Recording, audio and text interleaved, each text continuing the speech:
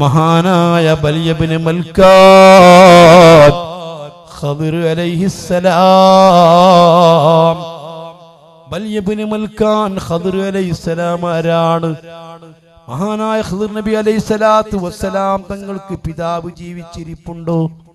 തന്റെ പ്രിയപ്പെട്ട ഉമ്മ ജീവിച്ചിരിപ്പുണ്ടോ? ജേട്ടന്മാരുണ്ടോ? അനുജന്മാരുണ്ടോ? നാട്ടുകാരുണ്ടോ? വീട്ടുകാരുണ്ടോ? ഒറ്റവരുണ്ടോ? ഉടയവരുണ്ടോ? ആരാണ് ഈ ഖദർ നബി അലൈഹിസ്സലാത്തു വസ്സലാം തങ്ങൾക്കുള്ളത്? ഖദർ നബി അലൈഹിസ്സലാത്തു വസ്സലാം തങ്ങൾക്ക് നാട്ടുകാരുണ്ടോ? ഖദർ നബി അലൈഹിസ്സലാത്തു വസ്സലാം തങ്ങൾക്ക് കൂട്ടുകാരുണ്ടോ? ഖദർ നബി അലൈഹിസ്സലാത്തു വസ്സലാം തങ്ങൾക്ക് ബന്ധുക്കളുണ്ടോ? ഖദർ നബി അലൈഹിസ്സലാത്തു വസ്സലാം തങ്ങൾക്ക് വല്ല ബിസിനസ് ഉണ്ടോ? ഖദർ നബി അലൈഹിസ്സലാത്തു വസ്സലാം തങ്ങൾക്ക് വല്ല കാർഷിക വല്ല കൃഷിയുമുണ്ടോ? അതേ സമയത്ത് അതാ പണ്ഡിതന്മാർ രണ്ടഭിപ്രായക്കാരാ. ഒരു പ്രബലമായ അഭിപ്രായം അനുസരിച്ച് മഹാനായ ഇബ്നു ഹൈതമി റഹ്മത്തുള്ളാഹി അലൈഹി ഖദർ നബി അലൈഹിസ്സലാത്തു വസ്സലാമിനെ കുറിച്ച് ഗ്രന്ഥം എഴുതിയിട്ടുണ്ട്. ഖദർ നബി അലൈഹിസ്സലാത്തു വസ്സലാം ഇന്നും മരിച്ചിട്ടില്ല, ജീവിച്ചിരിക്കുന്ന നബിയാ എന്ന് പറയുന്ന പണ്ഡിതരുണ്ട്. ഖദർ നബി അലൈഹിസ്സലാത്തു വസ്സലാം നിങ്ങൾ മരിച്ചു പോയിട്ടുണ്ട്.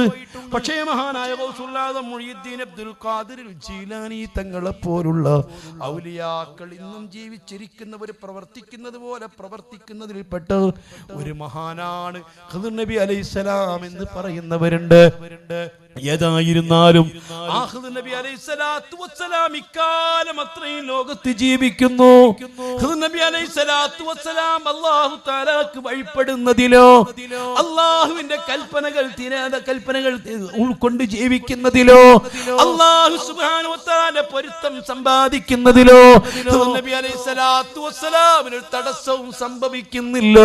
മക്കളില്ലാത്തത് കൊണ്ട്, കുടുംബമില്ലാത്തത് കൊണ്ട്, ജോലിയില്ലാത്തത് കൊണ്ട്, നാടില്ലാത്തത് കൊണ്ട്, ഉറ്റവരില്ലാത്തത് കൊണ്ട്, ഉടയവരില്ലാത്തത് കൊണ്ട് ഒന്നും സംഭവിച്ചില്ല,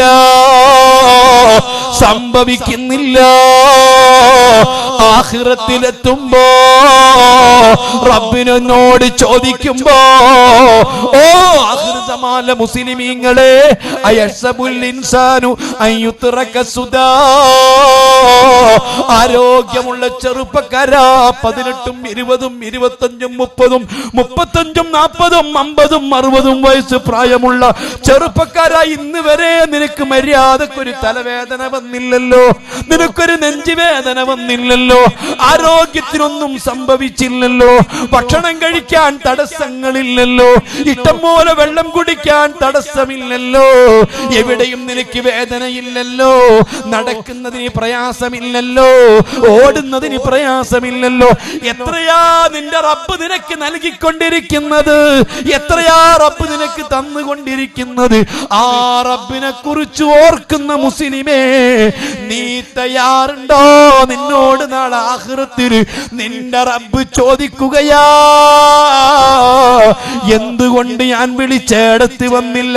എന്റെ പള്ളി മിനാരങ്ങളിൽ നിന്ന് എന്റെ പ്രതിനിധികളായിട്ട് ഹയ്യാലസ്സലാ ബാങ്കിനെ കുറിച്ച് നിങ്ങൾക്കറിയില്ലേ? ഏറ്റവും കൂടുതൽ അതിൽ പറയപ്പെടുന്ന പേരേതാണ്? അല്ലാഹു അക്ബർ, അല്ലാഹു അക്ബർ. ജലാലത്തിന്റെ ഇസ്മല്ലേ ഏറ്റവും കൂടുതൽ ആവർത്തിക്കപ്പെടുന്നത്. ജലാലിയ റാത്തീബ് നിങ്ങൾ തുടങ്ങിയത് മുതൽ ഈ നാടിന്റെ കഷ്ടപ്പാടുകളും ഈ നാട്ടിന്റെ ദുരിതങ്ങളും ഈ നാട്ടിന്റെ ബലാകളും എല്ലാം അകന്നകന്ന് പോയി അല്ലാഹു നിലനിർത്തി തരട്ടെ. അതിന്റെ പ്രത്യേകത കൊണ്ട് എന്നും ഈ നാടിൽ അല്ലാഹു സുബ്ഹാനഹു വ തആല ബഹുമാനപ്പെട്ട മഹാന്മാരായ ഔലിയാക്കള്, അഖ്താബുകൾ, റിജാലുൽ ഗൈബ്, അവരുടെ കാവലും അവരുടെ മദം പടച്ച റബ്ബ് നൽകുമാറാവട്ടെ എന്ന് ഞാൻ പ്രാർത്ഥിക്കുന്നു. അതേ സമയത്ത് ആ ജലാലത്തിന്റെ പ്രത്യേകത എന്താണ്? ഏറ്റവും കൂടുതൽ ബാങ്ക് വിളിക്കുന്ന സമയത്തും പറയപ്പെടുന്നത് ജലാലത്തിന്റെ ഇസ്മാ, സൃഷ്ടിച്ച റബ്ബിന്റെ ഇസ്മാ. അല്ലാഹു തആലാക്ക് 99 പേരുണ്ട് എന്ന് പഠിച്ചിട്ടുണ്ടോ? പേരൊന്ന് മാത്രമാ അല്ലാഹ്. മറ്റതൊക്കെ ഇസ്മുകളല്ല, വസ്ഫുകളാണ്, അല്ലാഹുവിന്റെ പ്രത്യേകതകളാണ്, റബ്ബ് ചെയ്യുന്ന ഗുണങ്ങളുടെ വിശേഷണങ്ങളാണ്. പേരൊന്നു മാത്രമാ അല്ലാഹ്. ആ അല്ലാഹ് എന്നുള്ള പേരാണ് ഏറ്റവും കൂടുതൽ ആവർത്തിച്ച് വിളിക്കപ്പെടുന്നത്. ഓർത്തിട്ടുണ്ടോ?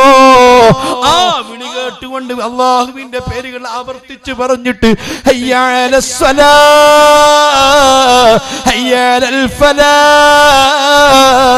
ഈ വിളിക്കുത്തരം ചെയ്യാത്ത മനുഷ്യ, റബ്ബ് നിന്നോട് ചോദിക്കുകയാണെങ്കിൽ ഇതെല്ലാ സൗകര്യങ്ങൾ തന്നിട്ട് ആരോഗ്യം നിനക്ക് തന്നിട്ട് എല്ലായിടത്തേക്കും ഓടിയെത്താൻ പടച്ച റബ്ബ് നിനക്ക് അനുഗ്രഹിച്ചിട്ട് ബൈക്കുകളില്ലാത്തവരുണ്ടോ?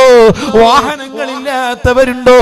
എത്രയാ പടച്ച റബ്ബ് നമ്മിൽപ്പെട്ട ഓരോരുത്തർക്കും നിഅമത്തുകൾ നൽകിയത്. റബ്ബ് തന്ന അനുഗ്രഹമല്ലേ.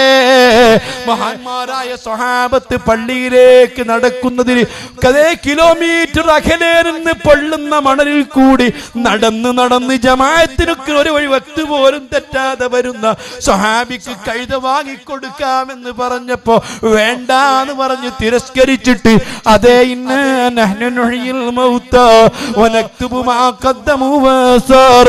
പള്ളികളിലേക്ക് ചവിട്ടുന്ന ഓരോ ചവിട്ടടികളും എഴുതി വെക്കുന്നതോ ഓരോന്നിനും പ്രതിഫലമോ. പടച്ച റബ്ബിന്റെ വിളി കേട്ട് എന്നെ സൃഷ്ടിച്ച റബ്ബിന്റെ വിളിയാണ് കേൾക്കുന്നതെന്നോർത്തിട്ട് ആ വിളിക്കുത്തരം ചെയ്ത് പള്ളിയിലേക്ക് കാലെടുത്ത് വെക്കുമ്പോ ഒരു കാലുയർത്തുമ്പോൾ നിന്റെ ദറജയാണ് ഉയരുന്നത്, കാല് താഴ്ത്തുമ്പോ നിന്റെ പാപങ്ങളാണ് ഇറക്കി വെക്കുന്നത് എന്ന് അല്ലാഹു ഉണ്ടെന്ന് പഠിപ്പിച്ച റസൂലുള്ളാഹ്. പോവന്റെ പ്രിയപ്പെട്ട മുസ്ലിമേ, എപ്പോഴെങ്കിലും വാങ്ങി വിളിക്കുന്ന സമയത്ത് തോന്നിയിട്ടുണ്ടോ, ചിന്തിച്ചിട്ടുണ്ടോ? സൃഷ്ടിച്ച റബ്ബിന്റെ വിളി കേൾക്കുന്നു, അല്ല വിളിക്കുന്നു. ഫഫിറു ഇലല്ലാഹ്, അല്ലാഹുവിലേക്ക് ഓടണേ, ഓടിച്ചെല്ലണേ. ഇന്നീലക്കും നദീറുൻ മുബീൻ, പടച്ച റബ്ബിനെ കുറിച്ച് പേടിപ്പിക്കുന്നവനോ. അതുകൊണ്ട് റബ്ബിലേക്ക് ഓടുക, ഫുട്ബോൾ ഗ്രൗണ്ടിലേക്കല്ല. അതേ സിനിമ തുടങ്ങിപ്പോയി, സിനിമയിലേക്കല്ല, ഫുട്ബോൾ ഗ്രൗണ്ടിലേക്കല്ല, മറ്റു കളികളിലേക്കല്ല, തോന്നിവാസങ്ങളിലേക്കല്ല. നിന്നെ സൃഷ്ടിച്ച നാടിമിടിപ്പിച്ചു കൊണ്ടിരിക്കുന്ന റബ്ബിലേക്ക് വിളിക്കപ്പെട്ടു. ഒന്ന് ഓടിച്ചെല്ലണേ. ഈ ഖുർആനിലില്ലേ, റബ്ബെങ്ങാനും നിന്നോട് ചോദിച്ചാൽ അല്ലാ, മഹാനായ ബൽയബ്നു മൽക്കാൻ മക്കളില്ലല്ലോ, വീടില്ലല്ലോ, സൗകര്യങ്ങളില്ലല്ലോ, കൃഷിയില്ലല്ലോ, കച്ചവടമില്ലല്ലോ, ഈ ഭൗതികമായിട്ടൊന്നുമില്ലല്ലോ. ഒരിക്കൽ പോലും എന്റെ വിളിക്കുത്തരം ചെയ്യുന്നതിന് ഉപേക്ഷ വരുത്തിയില്ലല്ലോ, കുറവ് വരുത്തിയില്ലല്ലോ. ഇത് ശരിക്കും റബ്ബ് ചോദിക്കാനാണ് ഖിയാമത്ത് നാൾ വരെ. ബൽയബ്നു മൽക്കാൻ ഖദർ അലൈഹിസ്സലാമിനെ പടച്ച റബ്ബ് ജീവിപ്പിക്കുന്നത് കേട്ടോ. മുഹമ്മദുർ റസൂലുള്ളാഹ്. അതിനാണ് ഖദർ നബിയുടെ ചരിത്രം പറയുന്നത്. നിങ്ങൾ ഓർത്തു നോക്കൂ. നമ്മളെന്താ പറയാ? നമുക്കതിന് ആരുമില്ല, മക്കളില്ല, കുടുംബമല്ല, കച്ചവടമല്ല, ബിസിനസ് ഇല്ല. പിന്നെ എങ്ങനെയാണ്? അതൊന്നും ഒരു അള്ളാഹുവിലേക്ക് എത്താൻ തടസ്സമല്ല.